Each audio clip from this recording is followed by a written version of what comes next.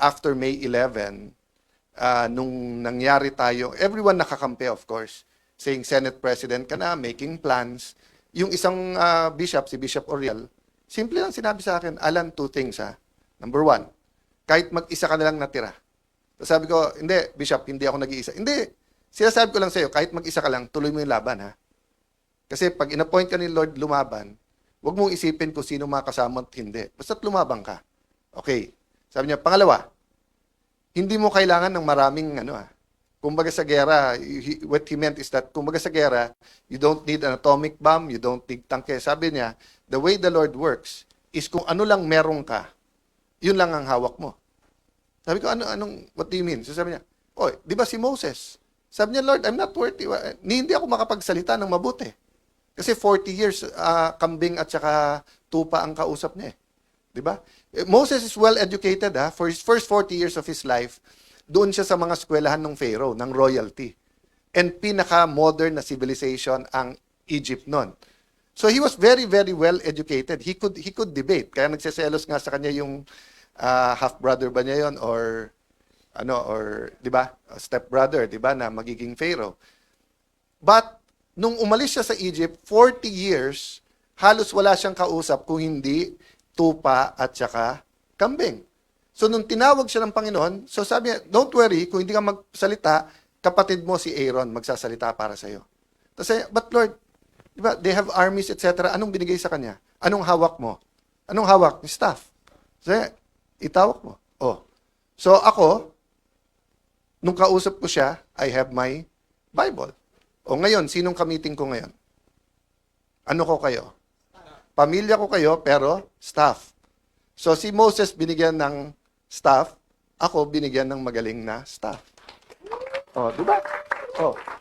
Pero if the staff na hawak ni Moses did not understand Moses, what would have the staff? Kung living thing yung staff, di ba? That's why tayo nagmi-meeting today. Kasi nag-phase 2 yung laban natin. Kumbaga sa libro, first chapter, May 11, hanggang dun sa special session. Ngayon, chapter 2. Di ba? So, wag niyong tignan yung tinitignan ng mundo. So, yung iba, nung si Alan, Senate President, kaya natin lumaban. Hindi po. Ngayon, mas maipapakita ng Panginoon ang laban sapagkat tinanggal na sa atin pati kapangyarihan. Actually, kahit naman nung nandun tayo, nasa kanila lahat ng kapangyarihan, lahat ng pera. Di ba? Lahat ng bag, lahat ng maleta, lahat ng bag, pati libag, nasa kanila na. Di ba? Hindi, libag means dumi. Anong hawak lang natin noon? Ang hawak lang natin noon ay katotohanan. Di ba? Okay. So, let me jump, no? So, two things. Number one, we cannot do anything that is unbiblical. So, ganun din, let's not do anything that is unconstitutional. Let's not be tempted that because they violated the rules, we violate the rules. Di ba? So, meron rules na anyway, I won't go there, but you know what I'm saying. Just because sila ginawa nila yon. So, I was telling kanina sila, na anong dehado yamado ng Christian sa politika? In a sense, dehado tayo kasi bakit? So, all throughout my political life, for example, may nililigawan na leader. Yung hindi Christian, reregaluhan ng lalaki o ng babae, depende sa preference niya. Yung kabila, para ligawan. Susuhulan. Pagka nagdebate, kahit kasinungalingan, gagamitin. Ang Christian leader, hindi pwedeng magregalo ng tao. Ang Christian leader, hindi dapat manuhol. Ang Christian leader, hindi dapat magsabi ng hindi totoo. So sasabihin nyo, paano kayo mananalo?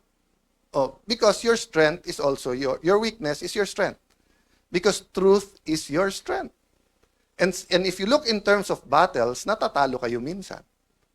Pero if you think in terms of wars, di ba? You win the war because truth eventually wins out.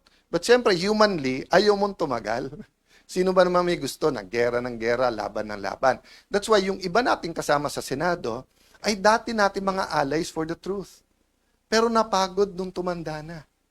Di ba? So nung tuta pa lang sila, gusto nila katotohanan. Nung naging aso na, napagod na eh. Di ba? Okay. So, babalikan ko yun mamaya. So for me, I'll just leave that with you today. Di ba? One, you have to have a foundation. Kailangan may babalikan ka. So pag sinabi kong, eto gagawin ko Senado, ano ba sabi ng rules ng Senado? Ano ba sabi ng Constitution? So eto ang gagawin natin sa Pilipinas. O ano ba sabi ng Bible? Di ba? Okay, pangalawa, nasaan ba ang Panginoon? Ano bang gusto niyang gawin? Yun ang atin. At ako'y naniniwala, gusto niya ng revival. Gusto niya ng repentance. Labas lahat ng baho. Labas lahat ng problema. Ang addict ay hindi magagamot pag hindi niya inamin na addict siya. Addict yan sa sex, addict yan sa sugal, addict sa alcohol, addict sa drugs. Tignan nyo sa US, yung mga anonymous, di ba? Let's say alcoholic anonymous. Ang umpisa mo, hi, I am Pedro de la Cruz. I am Juan de la Cruz. I'm Maria de la Cruz. And I am an addict. Why? Because pag hindi mo inamin, wala. Diba? So if we're gonna sweep under the rug, ano po ang sabi ng bagong chairman ng Blue Ribbon Committee? Sabi niya, narinig na naman natin yung 18 Marines eh. Paano nyo narinig? Hindi naman nagkaroon ng hearing. Diba? At marami naman ibang iimbestigahan eh. Akala ko ba, trillion peso march? Kasi nga, ito yung trillion peso na corruption. Di ba? Pero wag, maghanda na lang tayo sa impeachment. Importante yung impeachment. Pero hindi pwedeng impeachment lang. Selective justice yun. Di ba? Okay. So, yun two things, di ba? We have to have a basis of what is truth. And secondly, we want to know where truth is going, where it's going. So, ang sabi ko sa inyo, pangalawa, revival not revolution. What's the difference nung totoo? Yung political revolution, palitan mo lang yan, okay na. Sana kung si ganito maging presidente natin, kung si ganito maging speaker natin, kung si ganito maging Senate President, kung si ganito lang maging mayor natin magbabago. Don't get me wrong, leadership matters. Leadership matters, di ba? When the blind leads the blind, alam mo nang madadapa ka or mahuhulog ka sa bangin, di ba? But having said that, its leadership is complicated in a human because nakikiramdam ka rin sa followers mo eh. 'Di ba? Kaya nga hirap yung mga reformers kasi to a certain degree, and this is a true story, kilala nyo to pero hindi ko na sasabihin sa inyo kung sino. Yung isang secretary na napakaselan ng hinahawakan niya dahil corruption nga, sinabi ko sa kanya, yung pangalan niya, there are three kinds of people following you now. Last year to. Three kinds of people. First, yung gusto ng totally pagbabago, na sa departamento mo, tunay na yung bidding, wala nang corruption. Di ba? Lahat ng gawin ng departamento mo, ayos na. Okay. The second one, ayaw na ng ghost, pero baka naman pwede tayong bumalik sa 10-15%. Kasi kailangan natin yan. Di ba? Yung pangatlo, wag lang ako makulong, sila lang makulong, tapusin na natin to, balik na tayo sa dati. So sabi ko sa kanya, Secretary, ito problema. Yung tatlong nasa likod mo, pare-parehong pumapalakpak ngayon. So yung tatlong yan, nabobosesan mo, naririnig mo yung palakpak. Pero iba-iba gusto nun. Ang pinakadelikado doon, pero pinaka-okay yung una. Na gusto niya, eto, chance natin. Nasa kalye mga tao, lahat ng media kakampi ka, lahat ng korte kakampi ka, ombudsman at DOJ kakampi ka, baguhin mo na lahat. Yun ang pinakamaganda, pero sila ang pinakakonti. Di ba? Ang medyo mas marami, yung konting corruption, okay naman. Kaya lang ang problema sa Pilipino, yung konting corruption, season lang yon. Lalaki din ulit yon. Di ba? Prinun mo lang eh, hindi mo hinugot eh. Ano mangyayari sa isang puno, sa isang halaman, prinun mo? Lalong lalago, di ba? So, kung alam mong fruit-bearing yon, i-prune mo. Pero kung alam mong weed yon, hilahin mo na. Kasi kung hindi, lalong lalaki yon, di ba? So, yung revival starts with the repentance. Ilabas natin lahat. Di ba? That's why no one could believe that nung nalabanan yung apartheid, ang ginawa ni Nelson Mandela is, sandali, wag natin ikulong lahat. Mag-truth commission tayo, labas natin lahat, mag-sorry tayo sa ito. So I'm not proposing that now, ha? Baka naman ma-misinterpret. No? Ang point ko lang, you have to start with truth. You have to start with repentance. Then the reforms, the revival will come in. We have to deal with our political realities and political system. So, like ako, di ba? I mean, kayo ang staff ko, so alam nyo, I haven't coordinated with both Malacanang and with the VP, with opposition administration. I can talk anytime. I have had meetings, not with the VP, with the executive side, to try to bridge everything. Pero, meron mga no compromise, which is our integrity. Diba? So, which goes to the third part, which is strategy versus tactics. No? So, the bigger picture is strategy. So, for example, no, let me just talk about two things as strategy because we really have to talk about identity, where God is leading us, how do we refuel ourselves pag tingin natin pagod na tayo, di ba? So, for example, no, ang strategy natin from the start, simple lang. Kunin ang majority, kunin ang Senate presidency, gawin yung tama.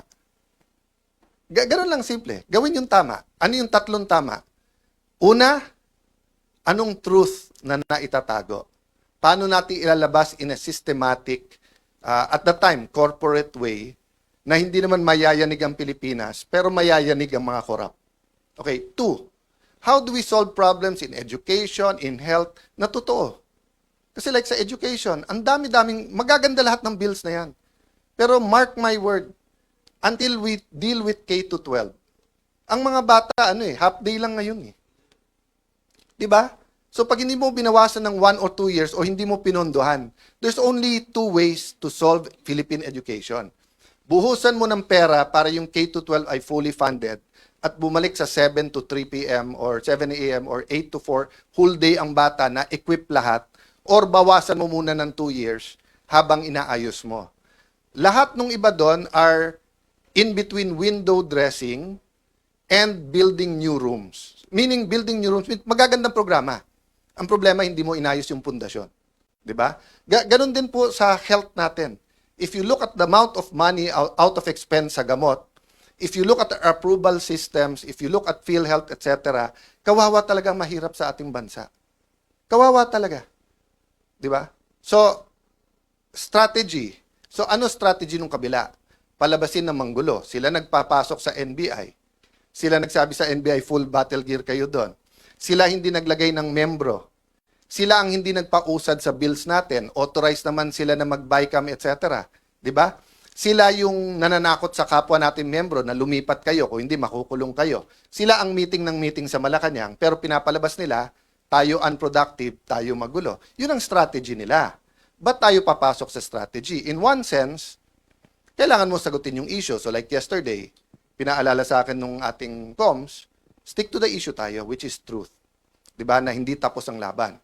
Pero ayoko rin naman isipin ng tao, winaldas ko 700 million.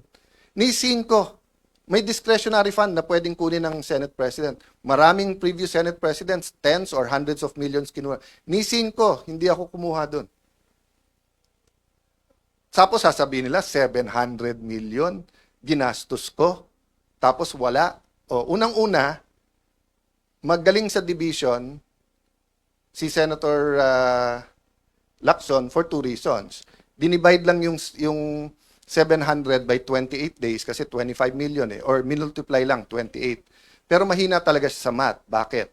Because 12 is not 13. Pangalawa, akala ko ba sabi nyo tanggal ako nung June 3? O ilan araw ang May 11 hanggang June 3? O, paano naging 28? Diba? So makikita mo talaga na mahuhuli sa bibig ang isda. Pero bakit nga nanggugulo na manggugulo si Senator Lacson? So on one hand, stick tayo to the issue. On the other hand, there are some issues, tactical issues, na kailangan mo sagutin kasi kung hindi, masisira main message mo. So kung ang main message natin is good governance, tapos akala ng tao may anomalya sa 700 million. So sabi niya, isipin mo, walang productivity. O bakit ngayon break Every day ngayon, 25 million. So kung ngayon, sasabihin ko, ang grupo ni Lacson at ni Gatchalian, 25 million today, walang nagawa. Tomorrow, 50 million, walang nagawa. O sa Monday, kung 5 araw na, 125 million, walang, naka-break tayo Meron pre-trial Diba? So wag natin lokohin ang tao. So, but sometimes, it's strategic na i-expose yung ginagawa nila. So, nakita ko to kasi tandaan nyo, political science yung background ko, yung pinag-aralan ko. And uma-absent ako sa school, sumama lang sa tatay ko because I was really interested in politics. I've been a counselor since I was 21 years old. I've been in government. So what's my point? Nung nakita ko na dumami ang mga congressman na bumabanat sa VP noong 24-25, sabi nung iba, man, dami ng galit. Ako, hindi, naging speaker ako eh. Magaling ang strategy yung speaker. Bakit?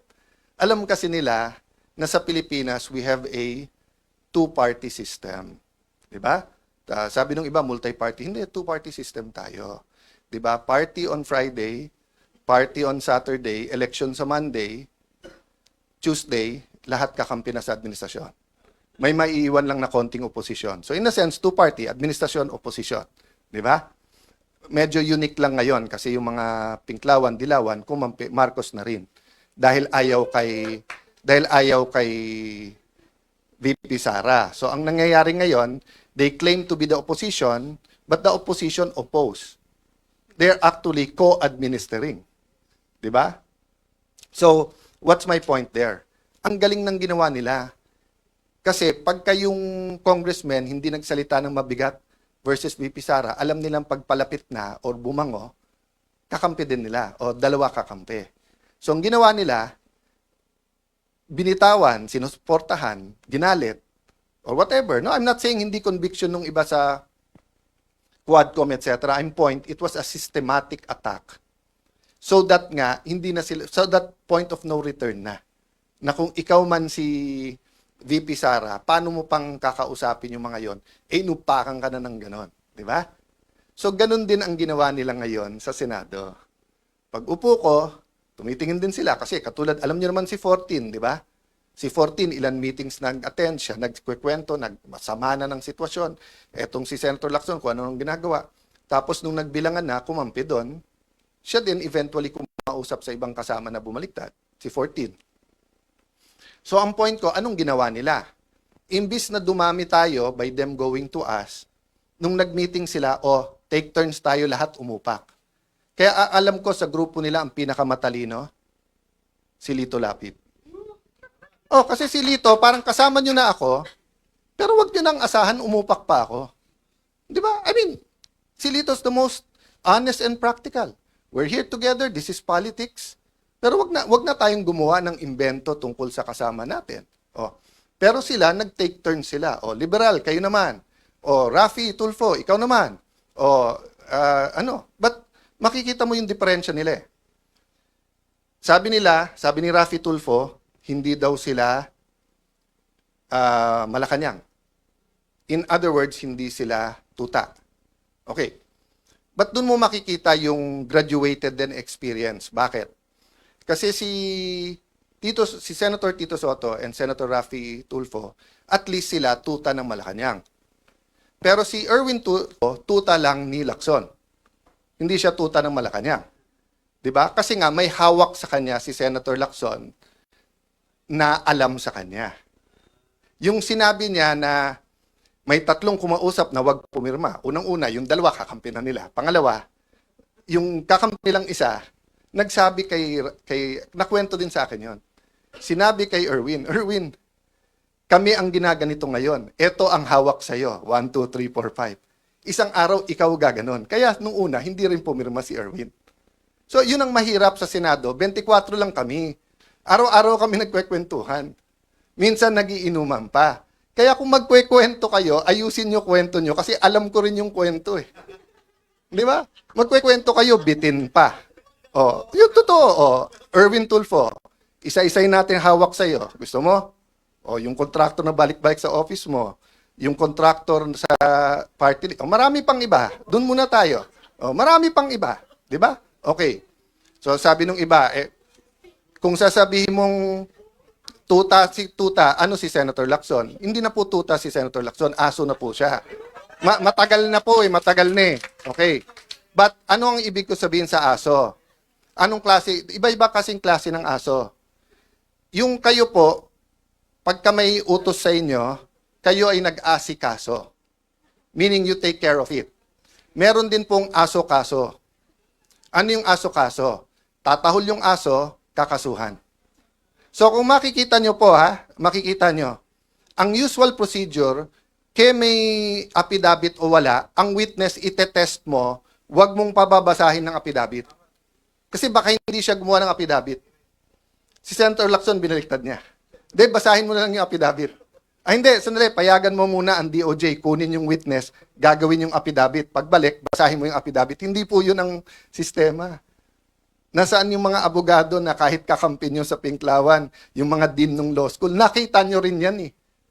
Noon time na yun, hindi pa panahon magsalita. Kasi akala natin, tama yung pupuntahan. Hindi eh. It's selective justice and some of it's not justice. Yung iba doon, invento. That's why naiintindihan ko yung sakit nung isa. Nasabi niya, inosente ako pa kakasuhan, plunder pa. Di ba? So I won't go there because I don't wanna talk about that now. And pasensya na po kayo. Minsan pa kasi sa putikan yung away, so mapuputikan ka talaga, babato ka rin sa putik. But that doesn't mean as Christians, mag-iimbento tayo. We will use money, we will use PR, we will use etc. Di ba? So pasensya na po kayo kung minsan kailangan kong sagutin. Tactical yon. But going back to the strategic, ano ba ang ating trabaho ngayon? To reveal the truth. The truth about the problem in healthcare. How do people get their healthcare? So, pero habang nire-reveal natin, may balik yan So yesterday, in-inform tayo ng mga kaibigan natin sa DOH na tinanggal na daw tayo sa system, so hindi na daw tayo pwedeng mag-refer ng mga gagamutin sa iba't ibang ospital. That might be the price we have to pay. And we know, we don't have enough personal resources para ipagamot lahat. Pero, we have enough resources to hire buses. So kung by Monday o Tuesday, DOH, hindi kayo mag-ayos, ibubus ko lahat ng kamag-anak ng pasyente para mapirmahan nyo, para mapagamot yung mga pasyente.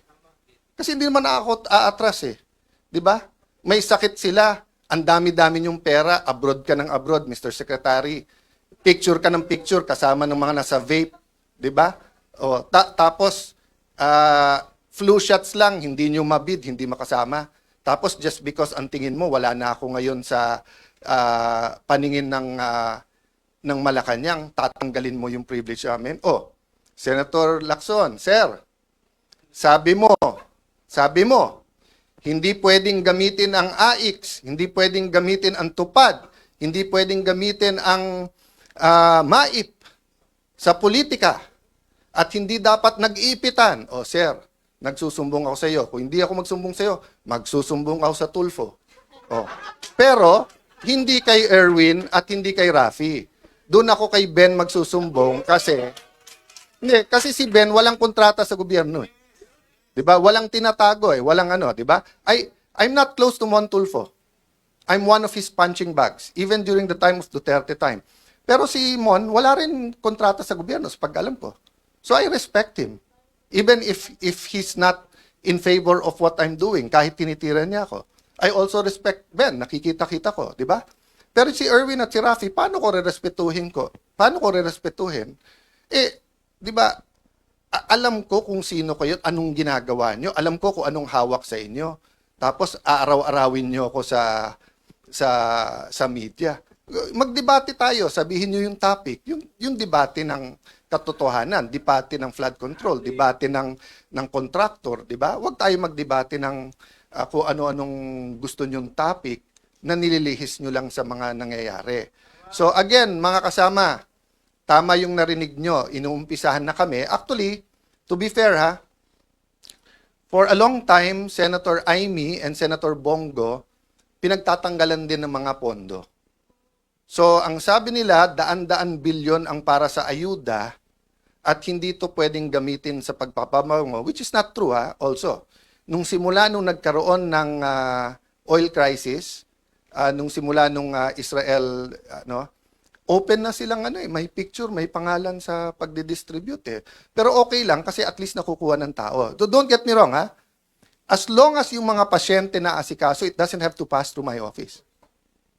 Ang problema, pumunta sa opisina nila, sila nagsasabi, pumunta ka sa congressman, senador. Pagpunta naman nila sa congressman, senador, ay dito sa congressman na to kasi kakampi ng Malacanang. Dito kakampi, di ba? So let me address myself to Senator Win because paulit-ulit siya nung siya ang chairman ng Committee on Finance. Sabi niya, walang politika sa pondong to. And I believe him. I believe him. When he was chairman of finance, sabi niya, walang politika, pare-pareho to. At yung amounts natin bilang mga senador, walang lalamang, pare-pareho tayo. O, Senator Win, you're now the Senate President. May DOH Secretary ka, namumuliti ka. O, the ball is in your hands, di ba? Pero papayag ba tayo? Sa atin, ano ba ang isang weekend? Pero yung may sakit na hindi matuloy yung CT scan niya, hindi matuloy yung MRI niya, hindi matuloy yung dialysis niya, that can be fatal, 'di ba? So sasabihin niyo kami namumuliti ka, 'yun ang ginagawa niyo. So sorry, mapupunta tayo sa politika because we have to fight the daily battles. But my point is strategy versus tactics. Daily battles versus the war. The war is really for the kind of Philippines we want.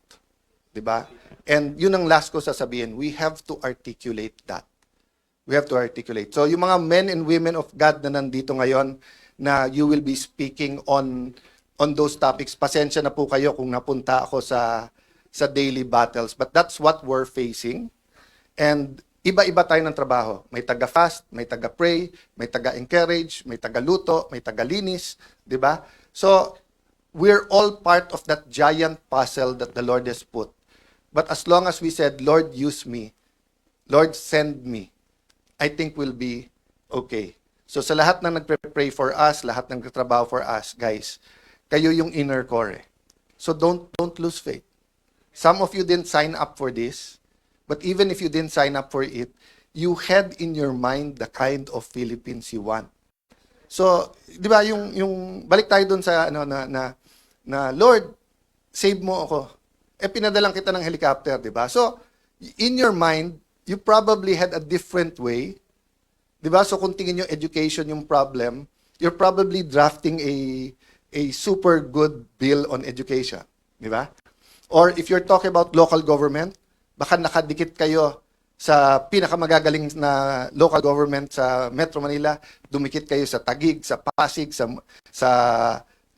Manila, sa Quezon, whatever, 'di ba? Dumikit kayo sa Cebu, dumikit kayo sa Davao, sa Peace and Order, and you think that's the way.